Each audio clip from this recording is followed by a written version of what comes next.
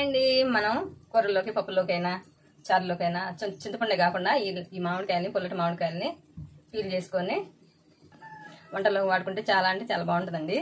ఇప్పుడే కనుక దొరికేది ఇలా యూజ్ చేసుకుంటే బాగుంటుందండి.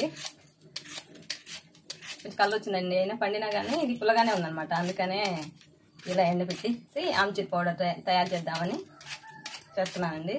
ఈ 4 రోజుల నుంచి ఎండగా ఉంది కదా, అందుకని ఎండబెట్టలేదండి. ఇలా పీల్ చేసేసి ఎండలో పెట్టామనుకోండి, అవి మిక్సీ పెడితే ఆమ్చూర్ పౌడర్ రెడీ అండి. కూరల్లోకి వంటల్లోకి దేనిలోకైనా చింతపండు బదులు ఇది వాడుకుంటే రుచికి రుచి ఉంటుందండి, హెల్త్కి మంచిది. నచ్చితే ట్రై చేయండి ఫ్రెండ్స్. లైక్ ఇవ్వండి, మర్చిపోకండి. బై. మామూలుగా అయితే ముక్కలు కట్ చేసి అయినా ఎండబెట్టచ్చండి. ఇప్పుడు ఎండ తక్కువ ఉంది కనుక ఇలా పీల్ చేసేసుకున్నాం అనుకోండి, త్వరగా పలుచగా ఉండి త్వరగా ఎండుతాయని పీల్ చేసేస్తున్నానండి. అని ఇప్పుడు పిచ్చి చేస్తున్నానండి. అయిపోయిందన్నమాట. చూసారా, ఇలా రెడీ చేసుకొని ఎండబెట్టుకుంటే పలుచుకుంది కన్నా త్వరగా ఎండుతుందండి. ఇంకొంచెం పెద్ద పళ్ళలో వస్తానండి, పలుచుగా ఉండి ఈజీగా ఎండిపోతుంది అనమాట.